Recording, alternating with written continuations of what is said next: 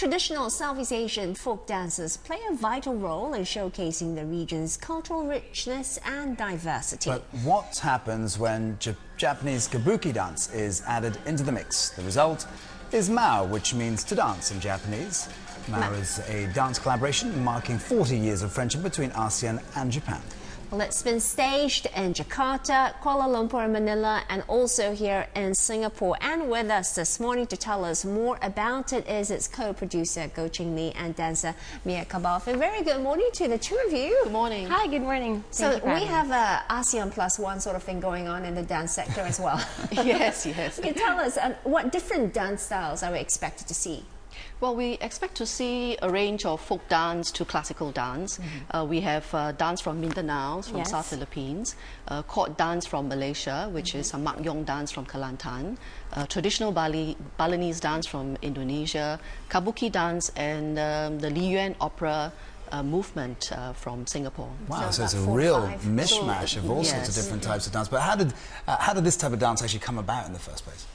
Well, we decided to put together this dance, which is commissioned by the Japan Foundation. So the producer from Japan and myself from Singapore, we put together dancers from these 5 different countries.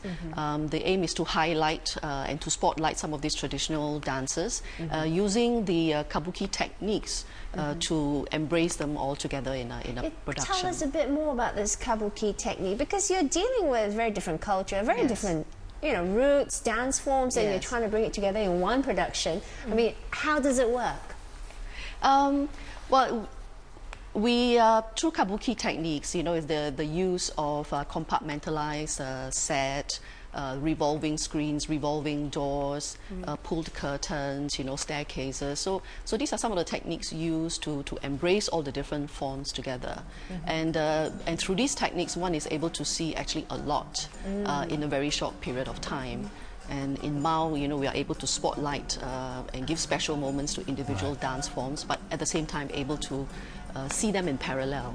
So, Mia, was there quite a lot of different types of dance techniques that you had to learn to do this? Actually, we were assigned to just showcase, first of all, our own, wearing my nails, to showcase our own dancers from each respective country. But at the end, at the third act, we have a collaboration which brings together all the ASEAN countries as well as Japan artists. So actually, it was a really quick time for us to rehearse, just a week. In Tokyo, 3 years, put everything together, and our director and choreographer Kanjuro Fujima, a grandmaster of Kabuki, he's the one who put everything together, and he waved his magic wand and put everything together in a week, and it was just, that's how he did. Tell us a bit more about the particular traditional dance you're performing, because in Philippines as well, you've got a diverse range. Yes, well, as the Philippines, 7,107 islands, so it's a lot of regions, a lot of dances. So we chose specifically a dance called Pangalay, which originates from the Mindanao, or the southern part of the Philippines, or the Sulu region.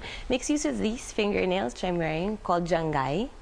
So it's like, it mimics Reminds me of the Thai also. Well. And the thing is with Pangalay, we chose this because it predates it's a pre-Hispanic dance, so pre-colonial period of the Philippines, but it also serves as a link to the other ASEAN dances and our Asian heritage as well. So, Jingli, what was it like bringing so many diverse art forms together? Was it quite a big challenge? What did it involve? Well, actually, the main challenge is the logistical planning behind all of this, because we have to bring together the performers and technicians from 5 different countries together. So coordinating the schedules, making that the set is built in time. The set from Singapore is built here, transported to Malaysia, KL, and then coming back here. So between the performance in Malaysia and coming to Singapore is just 1 day difference. So we were able to put all of this together without too many glitches. So I think it's quite has been quite a smooth process. But besides the set, I'm just curious, music as well. I mean, you've got different dance forms, but what about the music? Well, for the music, we have for each country our respective music, but also the Japanese music of the Kabuki, it ties everything together from the beginning. We start and end with with like Kabuki, the taiko drums, you hear it. Also some original composition from Kanjuro, our director, choreographer himself. And in between the dances, for example, for the transition from Indonesia to Malaysia to the Philippines, in between you can hear the sounds of the Japanese taiko drums, the wooden clapper that they use Sort of in blend it all Kabuki. together. Yeah, so we really use the structure of the Kabuki performance, which is really interesting because it's really an exploration of international Kabuki, I think.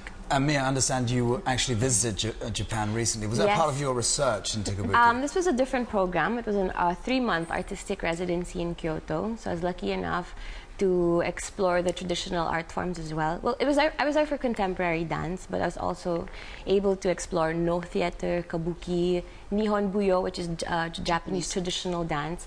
And so it was easier for us to sort of understand the elements of Kabuki better and apply it. And also with Japanese Kabuki, there's such a respect for the theater and a discipline, which we really tried to imbibe also in this production. But what about, you know, sometimes a dance performance can also tell you a story. I mean, is there one overarching theme or story that sort of connects all the different dances together? Well, it's a conglomeration of different little stories, you know, little vignettes by each of the countries. But as in most of Asian dance, you know, you will find goddesses, maidens. Yes. There's even a clown. There's a live puppet, and you can't do also without a villain. You know, so there's a villain in which all the dancers come together to defeat. Yes, at the very end, it's called we fight a spider, Kabuki. It's based on the classical Kabuki story, Tuchigumo, wherein like the protagonists fight the spider. And so us, the ASEAN dancers, we unite to fight a common enemy, sort of. Yeah, I've just got to ask you, I mean, have you been in this practicing dance movements for a long time now? Because I'm watching you and you have these long fingernails and you're making all these hand gestures in a very natural, comfortable way. Yeah, it's been a while, I guess. I've been dancing for quite a while. But I have to admit that Jangai is still a little bit of a challenge. It's quite difficult to put on. Yeah, I mean, not a scratch on you. You're doing it very well. I'm trying to not Just move keep my them over hands. there. Just keep them over here. So how different is the Japanese dance form from all the different Southeast Asian types of dance? Are there any similarities at all? There are a lot of similarities as well as differences. I mean, you can see it with Japanese dance, very minimal movements also, but you can also see that in the Chinese Yuan opera, yes, for the Singaporean Chinese group. opera tradition. And also a lot of footwork.